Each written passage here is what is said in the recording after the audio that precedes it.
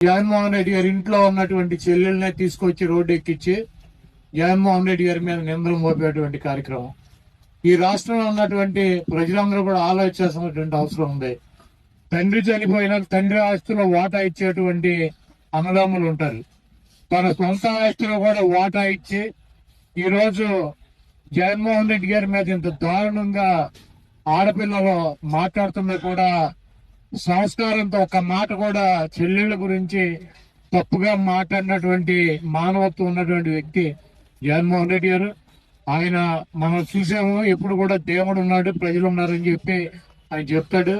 తిరుపతి లడ్డు విషయంలో దేవుడు కూటమి ప్రభుత్వానికి కానీ ఆ కూటమిలో ఉన్నటువంటి నాయకులకు కానీ ఎటువంటి ముట్టికాయలు వేసాడో, ఏ రకంగా అభాసు పాలయ్యారో మనం చూసాము. తప్పకుండా ఆ దేవుడి దయతో ప్రజల దయతో జగన్మోహన్ రెడ్డి గారు ముఖ్యమంత్రి అవటం తథ్యం.